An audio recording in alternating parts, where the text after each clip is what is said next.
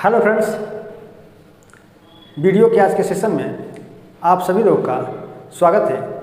Video के आज के सेशन में हम लोग भारतीय जनजातियों के बारे में जानेंगे।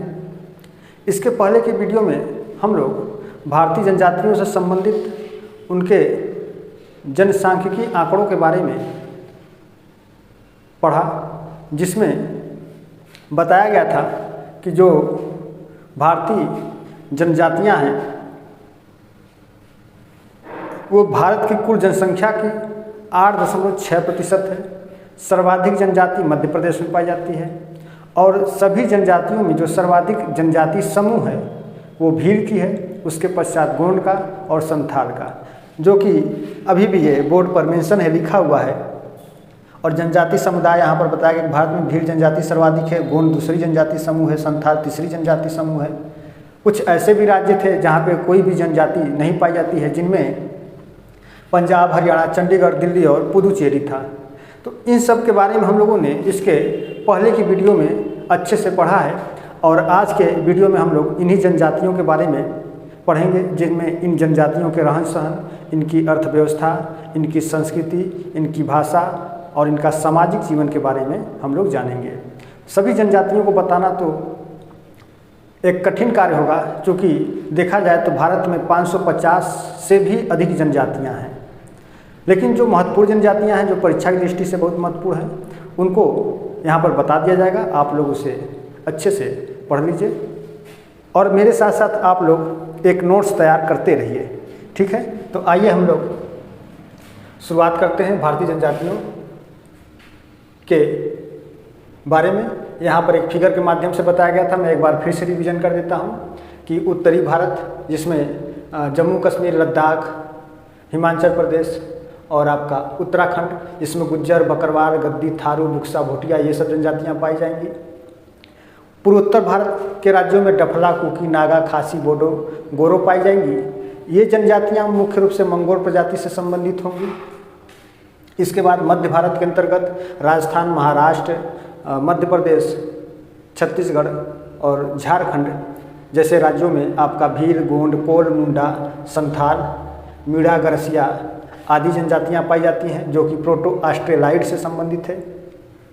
यहीं जम्मू कश्मीर में अंडमान और निकोबार में आपका मुख्य रूप से जरवा, सोमपेन, ओंज जनजाति पाई जाएगी, जो कि निग्रिटो से संबंधित होगी।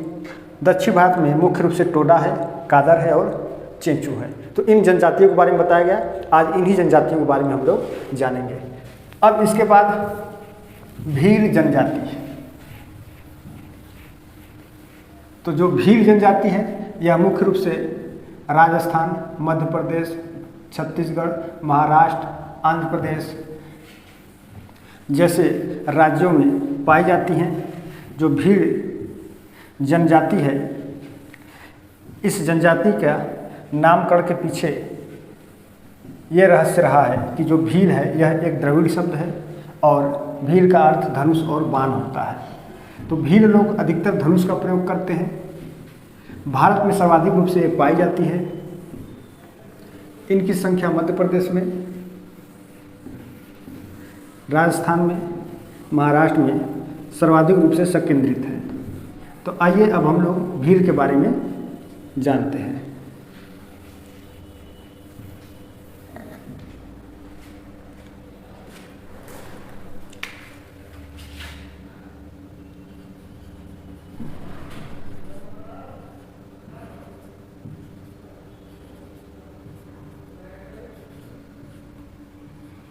भील जनजाति, यदि बात किया जाए भील जनजाति को लेकर, तो ये जो भील जनजाति है यह भारत की सबसे बड़ी जनजाति समूह है। यह भारत के राजस्थान, आंध्र प्रदेश, छत्तीसगढ़, गुजरात, महाराष्ट्र आदि राज्यों में पाई जाती है, ठीक है। इसके बारे में भी मैंने बताया। तो आप यहाँ से पॉइंट टू पॉइंट नोट करते चलेंगे मेरे साथ कि यह भारत की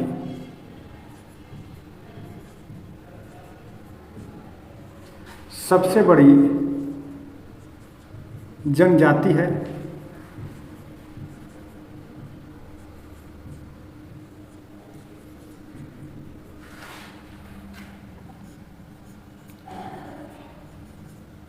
यह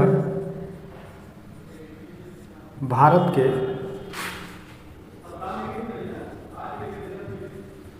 राजस्थान, महाराष्ट्र,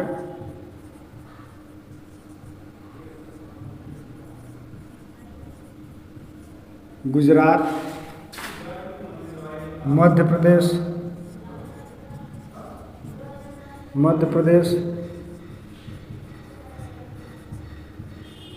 आंध्र प्रदेश आदि राज्यों में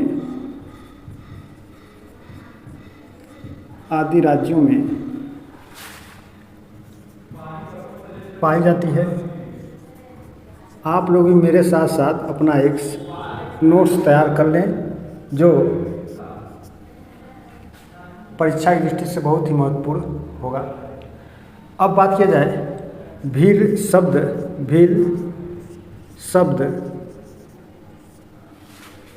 द्रविड़ भाषा का शब्द है। द्रविड़ भाषा का शब्द है जिसका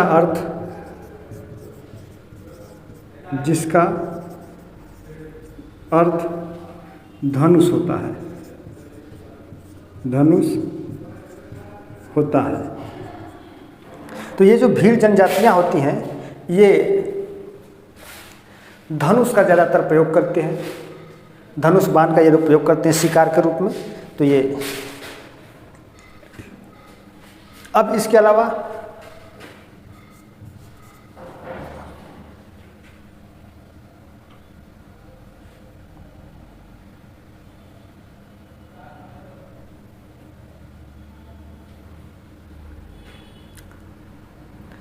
ये मुख्य रूप से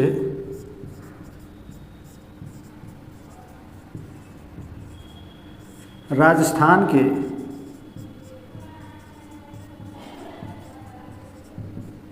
भीलवाड़ा जिले में संकेंद्रित हैं।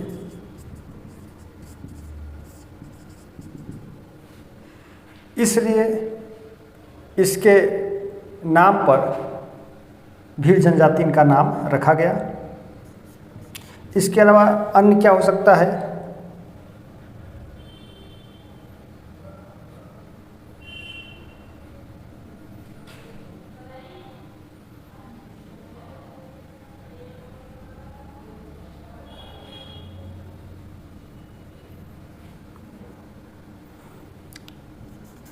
कि ये लोग यानी कि भील लोग हिंदू धर्म में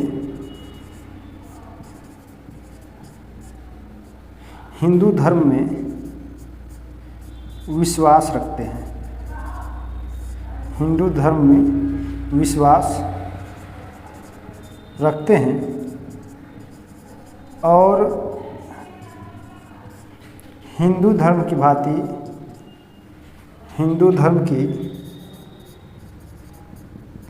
भांति अपना त्यौहार मनाते हैं। सबसे मोस्ट और इम्पॉर्टेंट चीज़ें अब मैं बताने जा रहा हूँ और नीचे दिखाई नहीं देगा तो मैं एक बार ऊपर भी लिख दूँगा कि ये लोग होली को या होली त्यौहार को गोल गघेरा, कहीं पे इसी को गोल गधेरा भी कहते हैं, कहीं पे इसी को गोल गघेड़ा भी कहते हैं, है ना। तो ये लोग होली को गोल गघेरा या गोल गधेरा के रूप में मनाते हैं। तो इतना भील जनजाति से संबंधित रहा। अब इसमें नोट करने वाली क्या चीज़ें हैं या याद रखने वाली क्या चीज़ें हैं, तो इनमें जो याद रखने वाली सबसे मुख्य चीज़ है वो है आपका द्रविड़ भाषा, कि भील शब्द की उत्पत्ति द्रविड़ भाषा से हुई है, जिसका अर्थ धनुष होता है। ये कहाँ कहाँ पाए जाते हैं, तो राजस्थान में पाए जाते हैं, महाराष्ट्र में, गुजरात में, मध्य प्रदेश में, आंध्र प्रदेश में पाए जाते हैं। और यह भारत की सबसे बड़ी जनजाति है, इसको याद करने लायक है। फर्स्ट पॉइंट, सेकेंड पॉइंट और थर्ड पॉइंट जो कि नीचे है, ये आपको दिखाई नहीं दे रहा है, मैं इसको ऊपर लिख दे रहा हूँ कि भील जनजाति होली को, जो हम लोग होली मनाते हैं त्यौहार, होली को गोल घगेरा या कहीं कहीं पर इसी को गोल गधेरा भी कहा जाता है, गोल गधेरा। तो भील जनजाति होली को गोल गधेरा के रूप में मनाते हैं, गोल गधेरा के रूप में मनाते हैं। ये सबसे मोस्ट इम्पॉर्टेंट है कि पूछा जाता है परीक्षा में गोल गघेरा या गोल गधेरा या गोल गघेड़ा त्यौहार किस जनजाति के द्वारा मनाई जाती है, तो आपका जवाब होना चाहिए भील जनजाति या भील जनजाति के द्वारा गोल गघेरा जनजाति मनाई जाती है। अब इसके बाद हम लोग गोंड जनजाति की बात करेंगे। गोंड जनजाति, गोंड जनजाति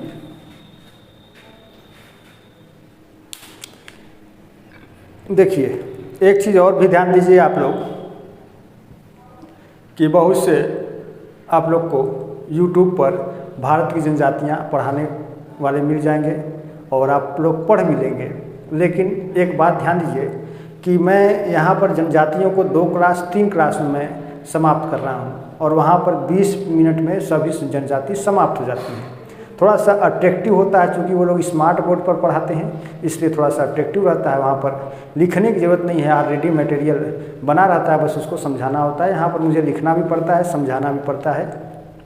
दूसरी बात कि मैं पूरे डिटेल से चीज़ों को देता हूँ, कंटेंट आपको अच्छा मिल जाएगा, जो छोटी सी परीक्षा से लेकर के बड़ी बड़ी परीक्षाओं में भी ये काम कर जाएगा। लेकिन जो 20 मिनट का वीडियो होता है वो बस छोटी छोटी परीक्षाओं में एक तरीके से सामान्य ज्ञान के रूप में ही आपको लोग को मिल पाएगा। लेकिन यहाँ पर आप अच्छे से इसको आप लोग तैयार कर सकते हैं, कंटेंट यहाँ पर अच्छा दिया जाएगा, जनजाति से संबंधित सारी चीज़ों को बताया जाएगा।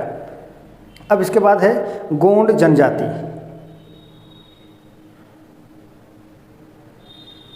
ठीक है, अब यदि बात किया जाए गोंड जनजाति की, तो जो गोंड जनजाति है यह मुख्य रूप से मध्य प्रदेश, छत्तीसगढ़, महाराष्ट्र, उड़ीसा, आंध्र प्रदेश आदि राज्यों में पाई जाती है या निवास करती है। और गोंड की जो सर्वाधिक जनसंख्या है वो मध्य प्रदेश में ही पाई जाती है। गोंड भारत की दूसरी सर्वाधिक जनजाति संख्या वाला समूह है। इसके अलावा गोंड शब्द की जो उत्पत्ति हुई है वो तेलुगु भाषा के कोंड से हुई है, जिसका अर्थ पर्वत होता है। ठीक है, तो आइए सबसे पहले नोट करिए आप कि गोंड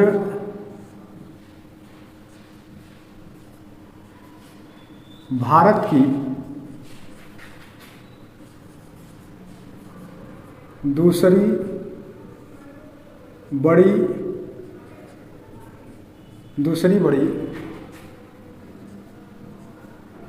जनजाति है, दूसरी बड़ी जनजाति है। यह भारत के मध्य प्रदेश, महाराष्ट्र,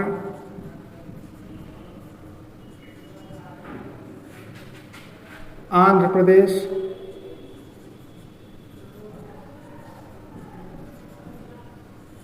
आंध्र प्रदेश,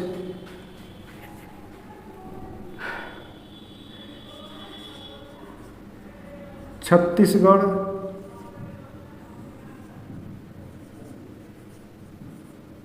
उत्तर प्रदेश,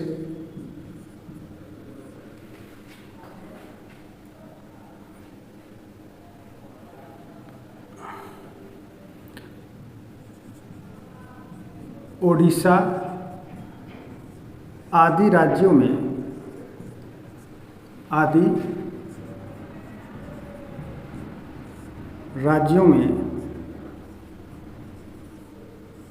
पाई जाती है।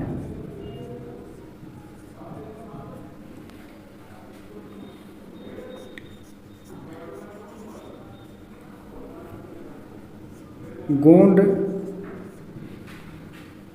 तेलुगु भाषा के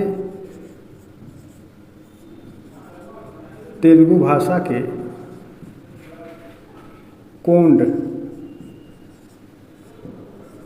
से बना है, जिसका अर्थ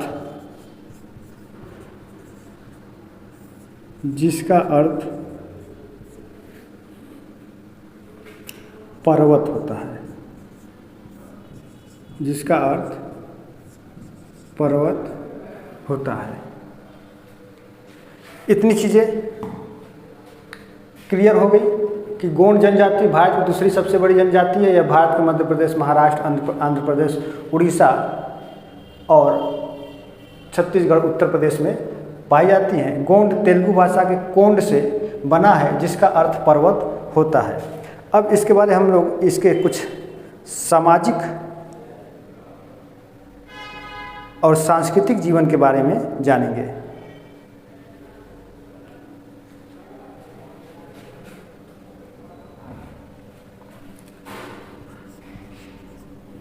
यह द्रविड़ परिवार की जनजाति है,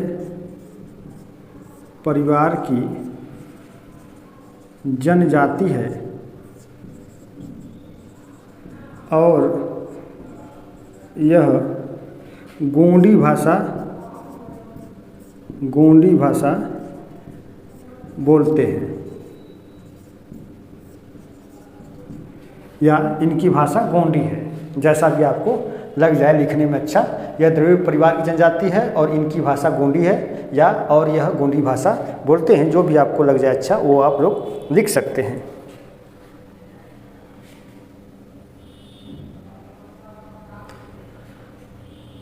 अब यदि बात किया जाए, मैं इधर का मिटा रहा हूँ, यदि आप लोग आप लोग न लिखे हों तो आप लोग इसका स्क्रीनशॉट आप लोग ले लीजिए, ठीक है।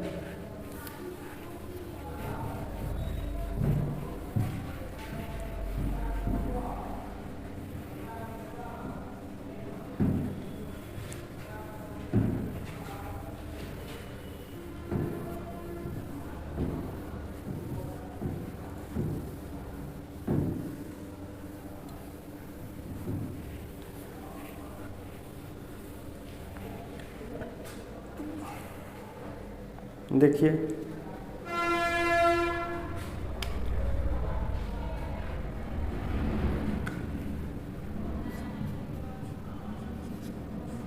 गोंड को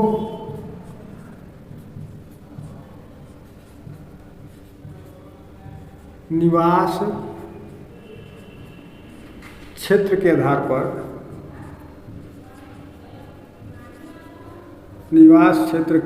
पर चार भागों में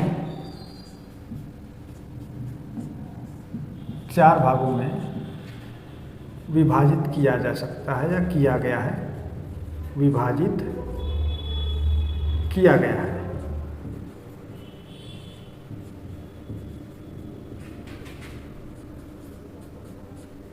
कौन कौन से हैं?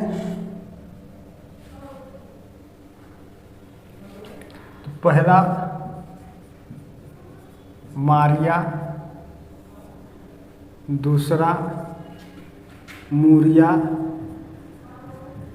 मारिया, मूरिया, ये जनजाति गोंड की एक तरीके से कह सकते हैं कि ये उपजातियां हैं। मारिया गोंड, मूरिया गोंड, धूर और राज,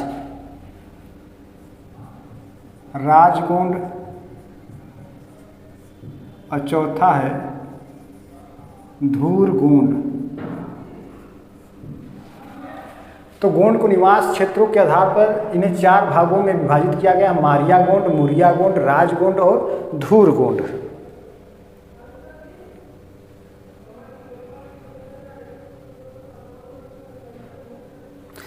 अब इनके विवाह की पद्धति की बात करेंगे।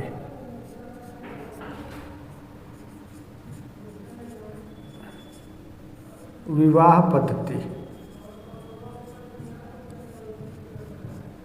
गोंड की विवाह पद्धति परीक्षा में बहुत पूछा जाता है विवाह पद्धति के बारे में। अब इसमें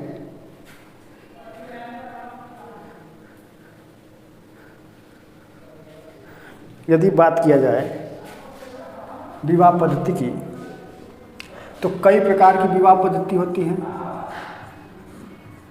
कई प्रकार की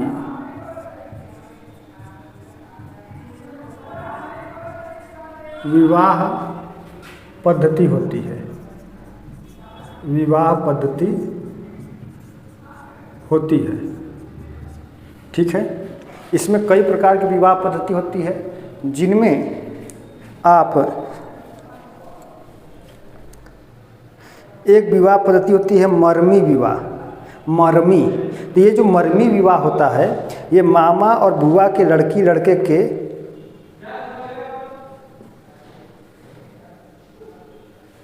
साथ विवाह होता है। मरमी विवाह मामा और बुआ के लड़की लड़कों के साथ में होता है। इसी विवाह को दूध लौटावा विवाह के नाम से जाना जाता है। दूध लौटावा, परीक्षा में पूछा जाता है कि दूध लौटावा विवाह किन जनजातियों के द्वारा किया जाता है, या किन जनजातियों में दूध लौटावा विवाह की प्रथा पाई जाती है। तो उस जनजाति का नाम है गोंड। बहुत बार परीक्षा पूछा गया है। आप लोग टीजीटी, पीजीटी, केबीएस, एनबीएस आदि परीक्षाओं के प्रीवियस ईयर के क्वेश्चन पेपर को उठा करके देख लीजिए। आप लोग को हर परीक्षा में जनजाति से संबंधित 2-4 सवाल मिलेंगे, और जनजातियों के इंटरनल चीज़ों के बारे में पूछा जाता है। इनके रहन सहन, सांस्कृतिक चीज़ों के बारे में पूछा जाता है। ऐसा नहीं है कि गोंड जनजाति कहाँ पाई जाती है, ऐसा नहीं। किन जनजातियों में दूध लौटावा विवाह होता है, किन जनजातियों में पैठू विवाह होता है, ये सब पूछा जाता है। तो विवाह की पद्धति के अंतर्गत अब हम लोग एक विवाह मैंने बताया मरमी विवाह। कौन सा विवाह? मरमी विवाह। मरमी, मरमी विवाह, ठीक है। मरमी विवाह, तो इसमें यदि देखें कि यह विवाह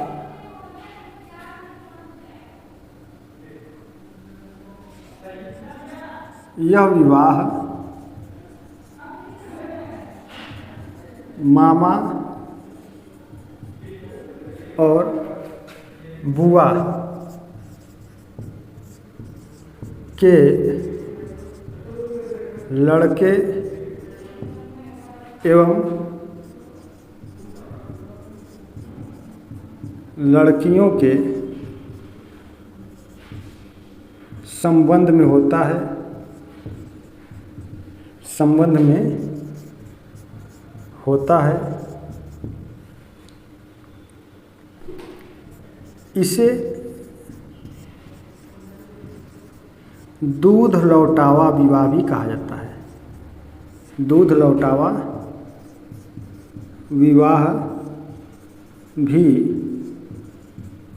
कहा जाता है, ठीक है।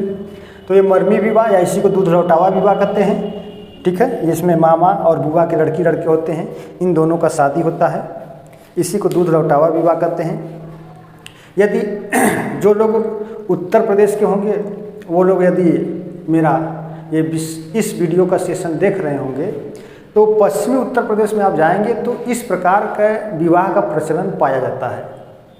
पश्चिमी उत्तर प्रदेश लखनऊ के बाद जैसे सहारनपुर की तरफ चले जाइए, आप लखीमपुर की तरफ चले जाइए, ठीक है, तो उधर के क्षेत्रों में आपको कुछ विवाह का प्रचलन ऐसा मिलेगा जिसमें मामा और बुआ के लड़की लड़कों का विवाह होता है। दक्षिण भारत में भी इस तरीके का प्रचलन देखने को मिलता है। बहुत सारी मूवी में आप लोग देखते होंगे, जो साउथ इंडियन की मूवी है उसमें भी मामा और बुआ के लड़की लड़कों के शादी को लेकर के कुछ न कुछ ऐसा सीन आप लोग देखते होंगे। तो कहीं न कहीं ये जनजातियों के अलावा सामान्य वर्ग की जातियों में भी ऐसा विवाह का प्रचलन पाया जाता है। यदि बात किया जाए तो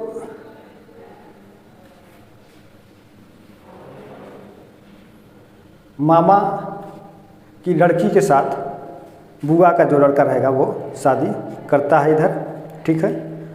अब इसके बाद एक दूसरी शादी होगी इनकी।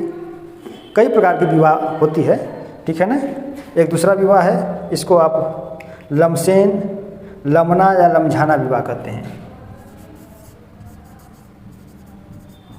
लमसेन, लमना या लमझाना विवाह।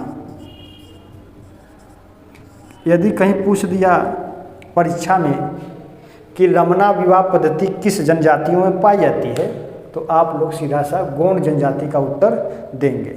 तो लमना, लमझाना और लमसेन ये जो विवाह है ये किस में पाया जाता है? गोंड जनजाति में।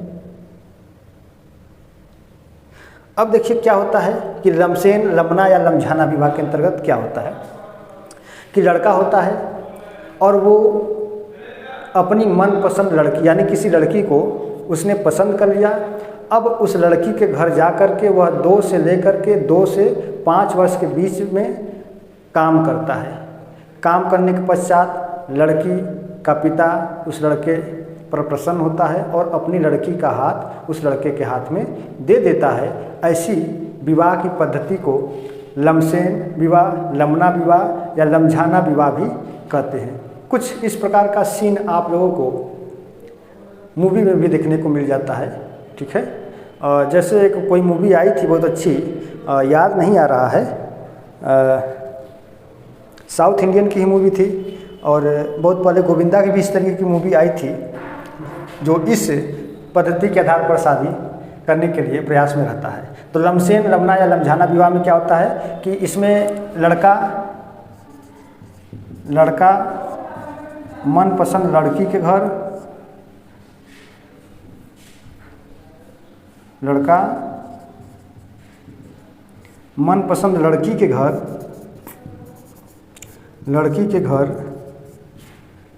2 से 5 वर्ष तक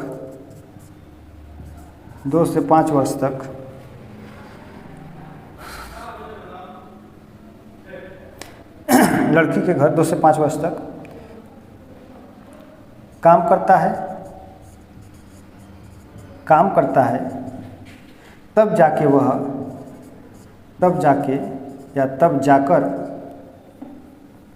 वह शादी के योग्य होता है। शादी के योग्य या इसको आप हकदार भी कह सकते हैं। जब वह शादी के योग्य या शादी का हकदार होता है, इसी को लमना विवाह, लमझाना विवाह या लमसेन विवाह कहते हैं, ठीक है। अब इसके बाद जो तीसरी विवाह की पद्धति है, इनमें इधर का आप लोग लिख लिए हैं तो ठीक है, नहीं लिखे तो स्क्रीनशॉट ले लीजिए, मैं मिटाने जा रहा हूँ।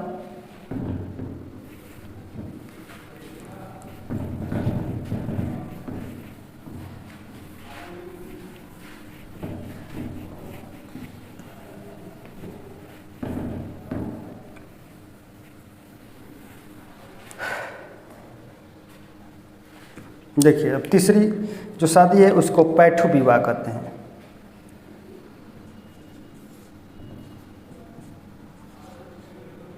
पैठू विवाह क्या है? इस विवाह का तरीका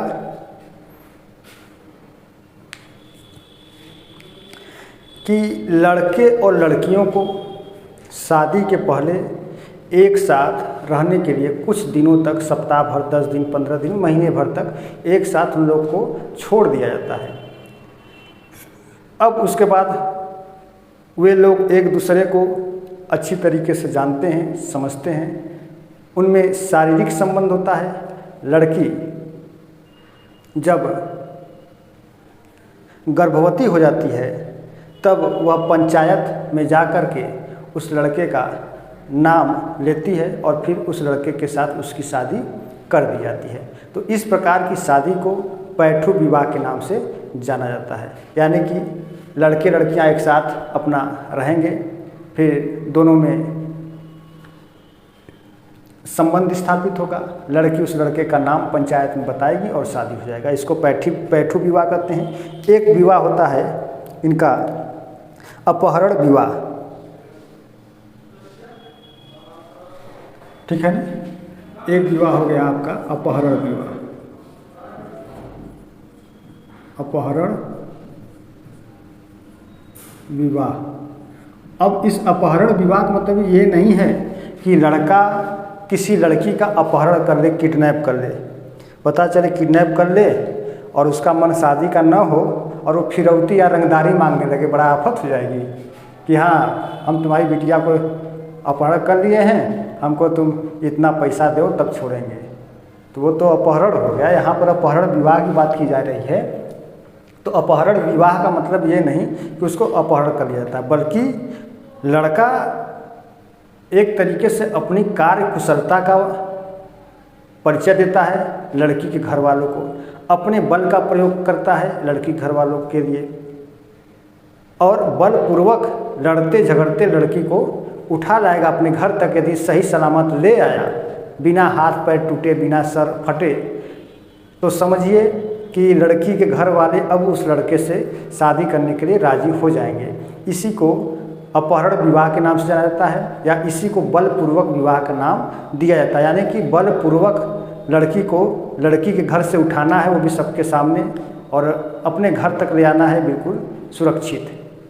तो ये हो गया आपका अपहरण विवाह। तो गोंड में ये मरमी विवाह, लमसेन या लमझाना विवाह, और पैठू विवाह और अपहरण विवाह, ये इतने मुख्य रूप से हैं। इसके अलावा अन्य विवाह भी पाए जाते हैं, लेकिन जो परीक्षा की दृष्टि से महत्वपूर्ण है उसके बारे में मैंने यहाँ पर बताया, जिसमें आपका दूध लौटावा विवाह बहुत महत्वपूर्ण है। परीक्षाओं में बहुत भर भर के पूछा जाता है। ये पेट क्वेश्चन है, यह एक पेट क्वेश्चन है। पूछा जाता है कि दूध लौटावा विवाह किन जनजातियों में होता है। तो ये गोंड विवाह, गोंड जनजातियों में यह विवाह होता है। इसी को मरमी विवाह के नाम से जाना जाता है। लमझाना विवाह पूछा जाएगा कि लमझाना विवाह क्या होता है। तो लमझाना का मतलब कि एक तरीके से अपने आप को लड़की के घर के लोगों के प्रति अच्छा दिखाना है, अपना कार्य करना है, अच्छी तरीके से काम करके उन लोगों का मन जीतना है और फिर शादी विवाह करना है। पैठू विवाह का मतलब ये हुआ कि लड़की लड़के एक साथ अपना रहेंगे और लड़की पंचायत में लड़के का नाम बता देगी और शादी हो जाएगा। अपहरण विवाह का मतलब कि बलपूर्वक लड़का लड़की को उठा ले जाएगा, उसी को अपहरण विवाह कहा जाएगा। ठीक, अब चलिए, अब उसके बाद हम लोग चलते हैं मुंडा जनजाति की तरफ। मुंडा नहीं, संथाल जनजाति।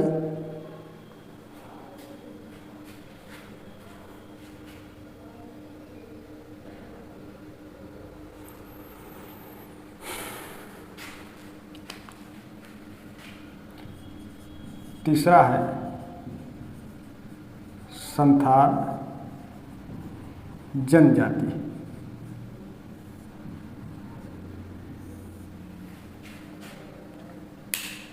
तो जो संथाल है यह भारत की तीसरी सबसे बड़ी जनजाति समूह है। यह भारत की, देखिए हो सकता है कहीं मात्राओं में गलती हो जाए तो आप लोग ठीक कर लीजिएगा। तीसरी शायद ऐसे ही लिखा जाएगा। यह भारत की तीसरी जनजाति समूह है, यानी पहला भील, दूसरा गोंड, तीसरा संथाल। तीसरी जनजाति समूह है।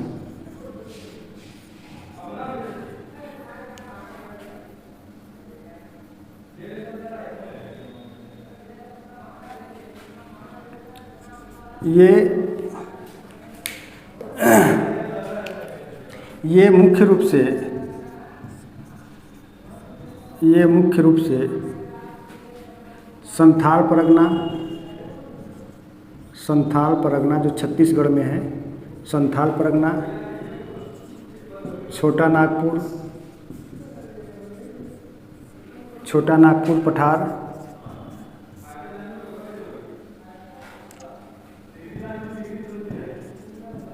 रांची,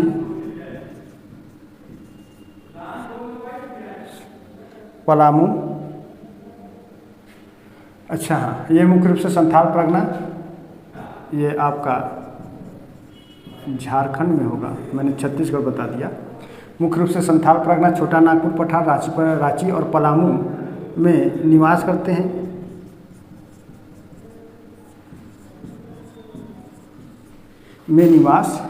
हैं।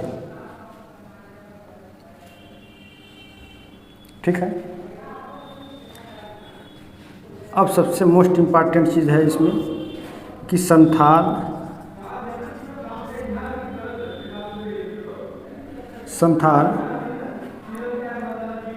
लोगों में विवाह को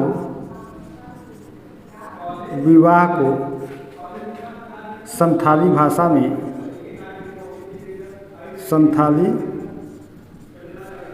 में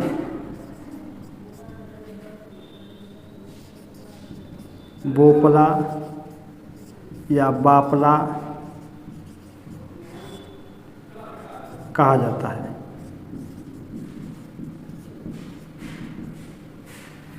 बोपला या बापला कहा जाता है। तो संथाल के बारे में सबसे मोस्ट इम्पॉर्टेंट चीज़ें यही है कि बापला विवाह किन जनजातियों के द्वारा आयोजित किया जाता है या मनाया जाता है। तो बापला विवाह या बोपला विवाह यह संथाली या संथाल जनजातियों के द्वारा मनाया जाता है।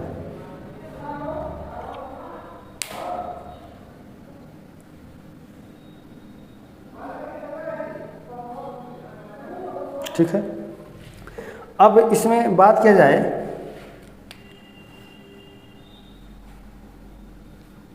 कि संथाल में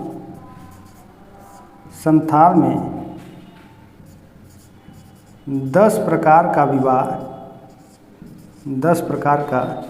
विवाह या बापला होता है। 10 का मैं नाम बोल दे रहा हूँ, आप लोग नोट कर लीजिएगा।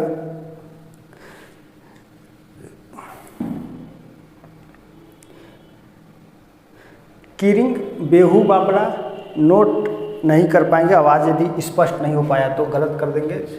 चलिए मैं लिख दे रहा हूँ 10 का ही नाम, आप लोग नाम लिख दीजिएगा। क्योंकि ये परीक्षा में तो नहीं पूछा गया है, कभी हो सकता है आने वाली परीक्षाओं में पूछ दिया जाए कि संथाल के द्वारा कुल कितने विवाह होते हैं। तो 10 प्रकार के विवाह होते हैं। संथाल लोग जो विवाह करते हैं उसे किस नाम से जाना जाता है, तो उसे बापला के नाम से जाना जाता है। अब इन 10 का नाम मैं नोट कर दे रहा हूँ, आप लोग भी अपना इसको नोट कर लीजिएगा। देखिए बोर्ड पर ध्यान दीजिए। पहला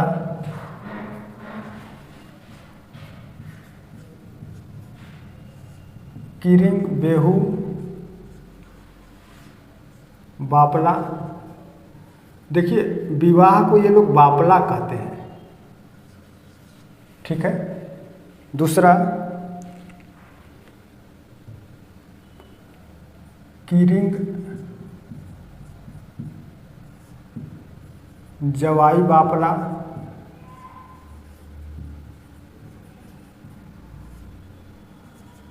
तीसरा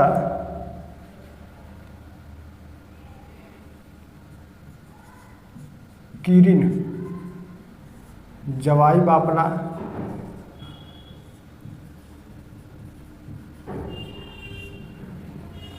चौथा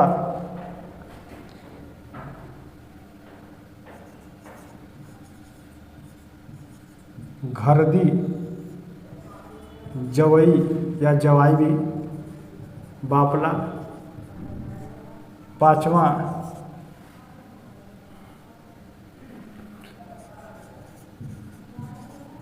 तुनकी बापला। छठवां इतुत बापला, इतुत बापला। सातवां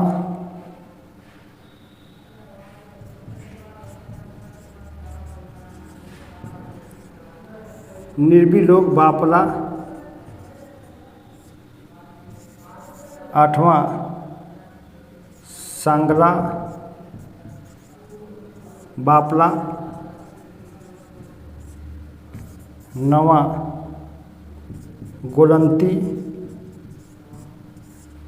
गोलंती बापला।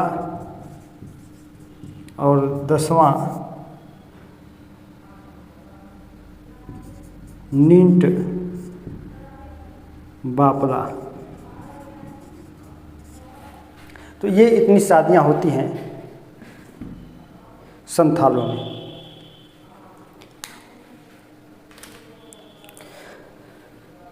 अब इसके बाद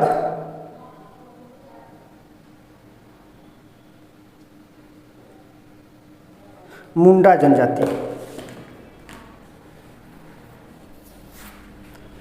मैं इधर का मिटा दे रहा हूँ, आप लोग स्क्रीनशॉट ले लीजिए।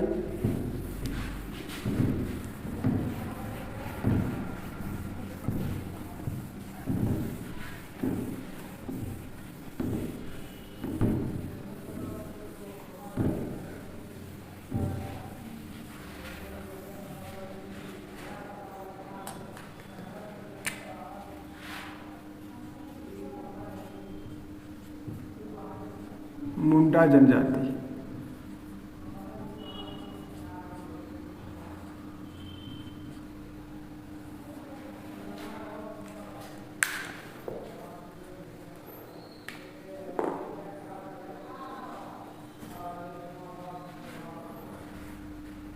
देखिए,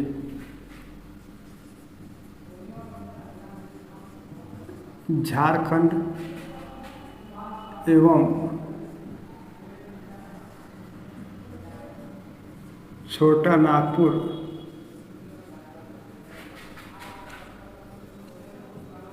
के पठार तथा बिहार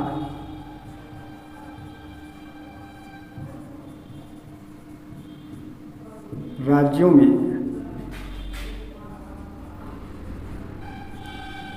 पाई जाने वाली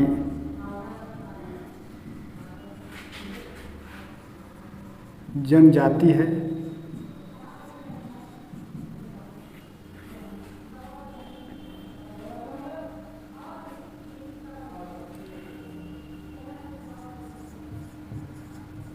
मुंडा को ही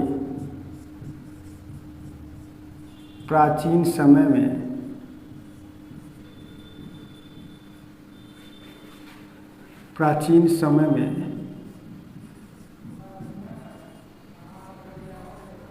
कोल के नाम से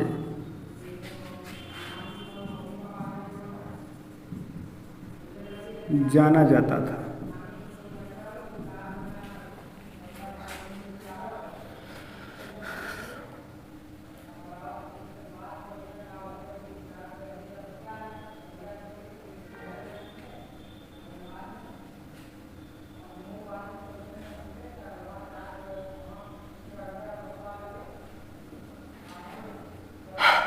अब इसके बाद मुंडा जनजाति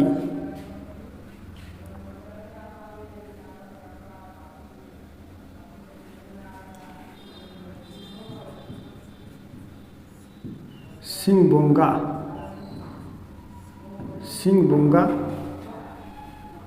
जिसे आप सूर्य देवता भी कह सकते हैं, मुंडा जनजाति सिंह बोंगा की पूजा करते हैं।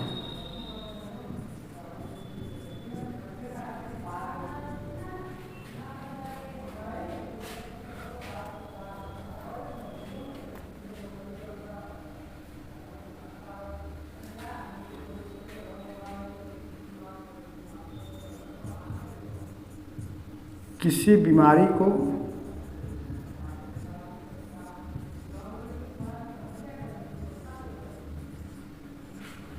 ठीक करने के लिए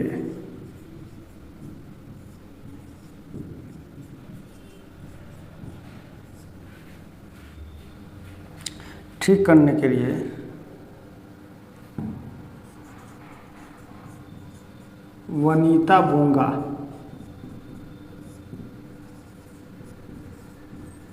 की पूजा करते हैं। यानी कि जब इनमें कोई बीमार हो जाता है तो ये लोग डॉक्टरों के पास नहीं ले जाते हैं, उनको डॉक्टरों से नहीं दिखाते हैं, पूजा पाठ से ही ये लोग अपना काम करते हैं। और जब कोई बीमार होता है तो ये लोग वनिता बोंगा की आराधना करते हैं, अर्चना करते हैं, उसी की पूजा करते हैं। और इनकी मान्यता होती है कि मैं पूजा करूँगा तो यह व्यक्ति ठीक हो जाएगा। ये लोग डॉक्टरों में, सुई दवाई में कोई विश्वास नहीं रखते हैं। अब इसके बाद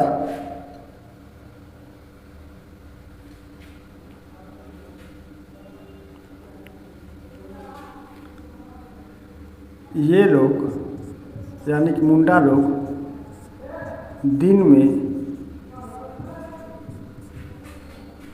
3 बार भोजन करते हैं। 3 बार भोजन करते हैं।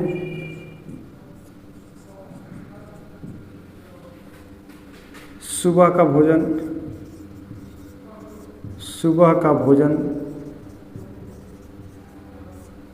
दोपहर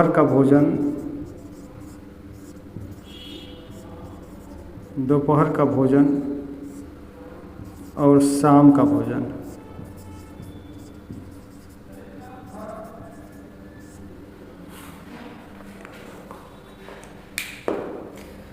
देखिए, अब सुबह के भोजन को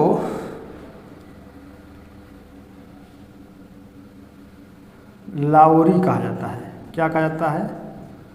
लाओरी। शाम के भोजन को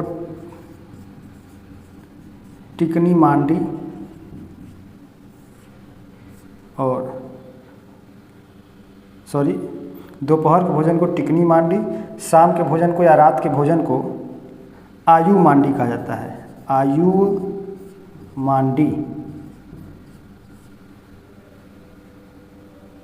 ठीक है। तो सुबह के भोजन को लाओरी, दोपहर के भोजन को टिकनी मांडी और शाम के भोजन को आयु मांडी के नाम से ये लोग पुकारते हैं, ठीक है। अब इसके बाद ये लोग चावल से बनी शराब का प्रयोग करते हैं। ये लोग, कौन लोग? मुंडा लोग। ये लोग चावल से बनी शराब का प्रयोग करते हैं,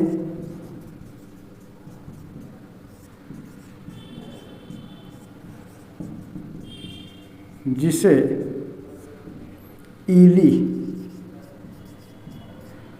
कहा जाता है। क्या कहा जाता है? ईली कहा जाता है।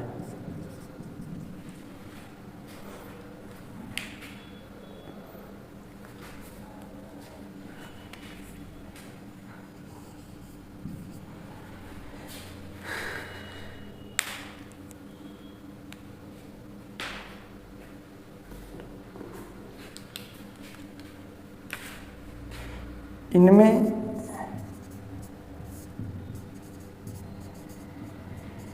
पितृसत्तात्मक सत्ता पाई जाती है।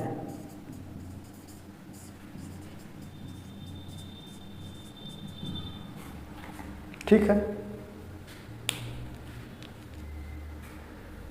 मुंडा जनजाति में पितृसत्तात्मक सत्ता पाई जाती है।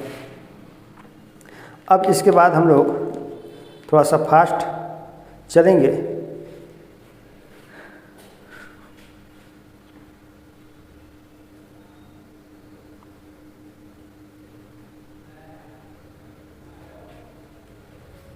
यदि बात किया जाए तो लगभग सभी जनजातियों में पितृसत्तात्मक सत्ता पाई जाती है, लेकिन कुछ जनजातियां होती हैं जिनमें मातृसत्तात्मक सत्ता भी पाई जाती है। मैं मिटाने जा रहा हूँ।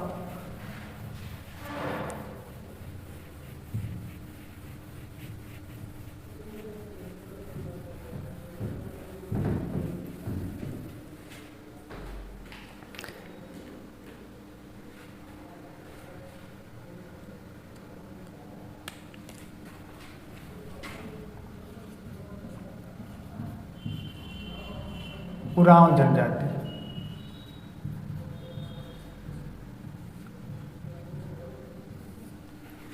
अब उरांव के बारे में क्या क्या चीज़ें हैं। निवास, यदि इनके निवास की बात की जाए तो निवास मुख्य रूप से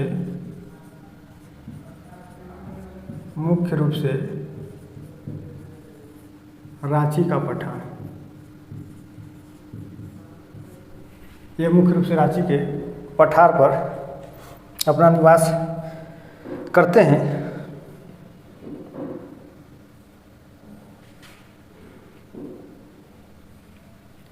ये लोग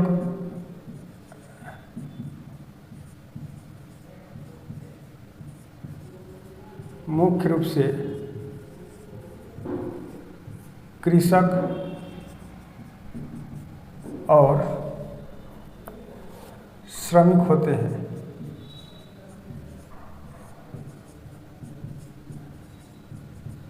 उरांव का अर्थ ही होता है घूमने वाला। ये लोग घूमते भी हैं।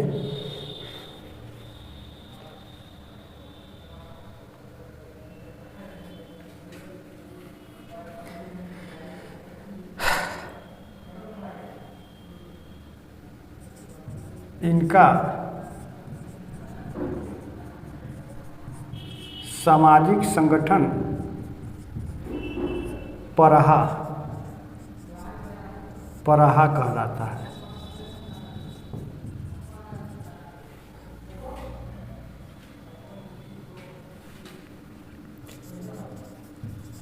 इनके भगवान को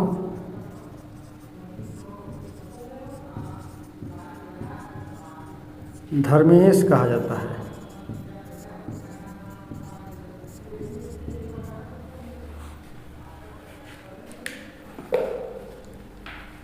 देखिए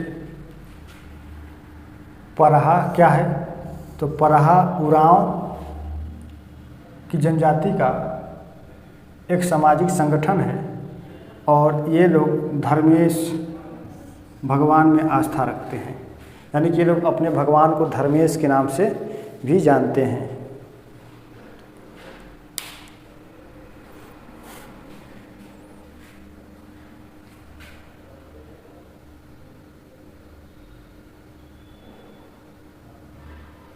अब इसके बाद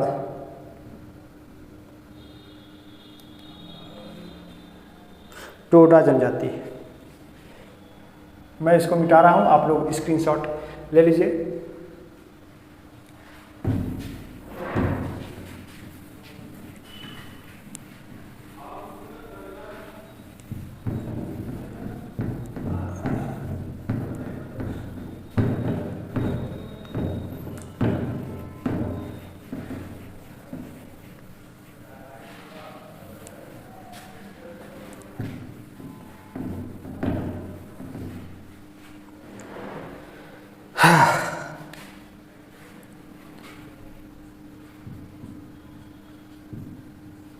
टोडा जनजाति मुख्य रूप से कहाँ, दक्षिण भारत में नीलगिरी पर्वत पर निवास करने वाली जनजाति होती है।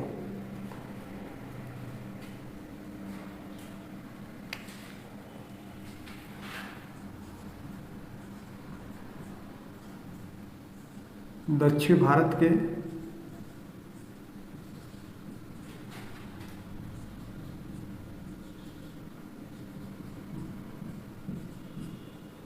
नीलगिरी पर्वत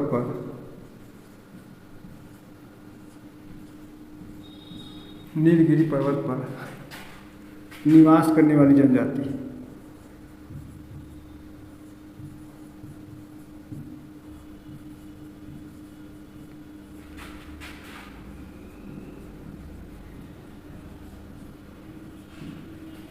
दक्षिण भारत के नीलगिरी पर्वत पर निवास करने वाली जनजाति।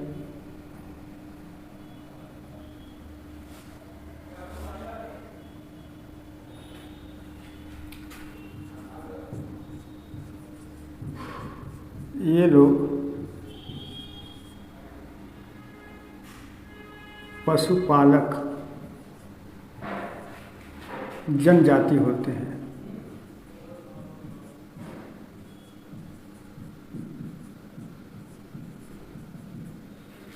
यदि देखिए बात किया जाए तो वे जनजातियां जो ऊंचे ऊंचे पर्वतों पर निवास करेंगे, उनके अर्थव्यवस्था का जो आधार होगा वो पशुचारण या पशुपालन होगा।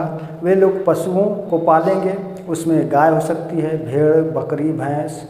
ठंडे क्षेत्रों में यानी कि आप लद्दाख में, जम्मू कश्मीर में, हिमाचल प्रदेश में चले जाएंगे तो वहाँ की जनजातियाँ जैसे भोटिया हो गई, तो ये सभी जो जनजातियाँ होंगी ये लोग भी गाय, बैल, बकरी, भैंस, याक, जीबूतू आदि ये सभी जानवरों को पालेंगे, उन्हीं को चराएंगे, उन्हीं से दूध, दही, घी, मांस, ऊन, छाल को प्राप्त करेंगे और उन्हीं के माध्यम से अपनी अर्थव्यवस्था का संचालन करेंगे।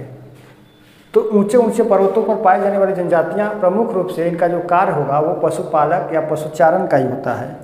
इसी में टोडा जनजाति है जो तमिलनाडु राज्य में मुख्य रूप से नीलगिरी पर्वत पर निवास करने वाली जनजाति होती है।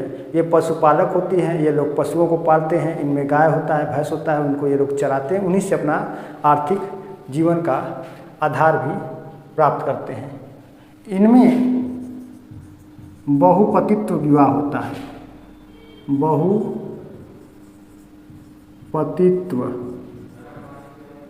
विवाह का प्रचलन पाया जाता है या होता है। बहुपतित्व विवाह का प्रचलन होता है।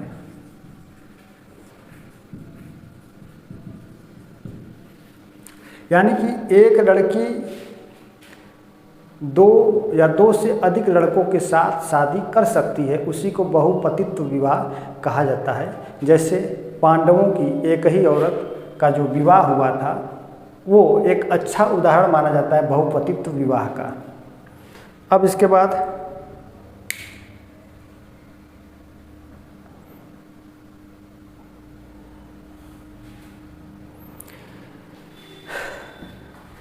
कुछ और भी जनजातियां हो गई हैं। वीडियो काफ़ी लंबा बन चुका है।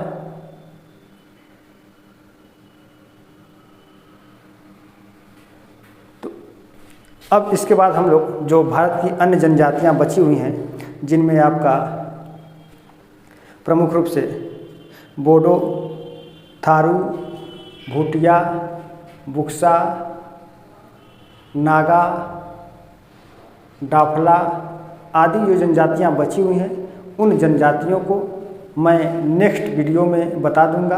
आप लोग आगे की वीडियो देखने के लिए मेरे चैनल को सब्सक्राइब करिए और जो लोग चैनल पर पहली बार आए हैं वे लोग भी चैनल को सब्सक्राइब कर लें। वीडियो अच्छी लगे तो वीडियो को लाइक करिए, वीडियो को शेयर करिए। आज के सेशन बस इतना ही। अभी के लिए धन्यवाद, नमस्कार।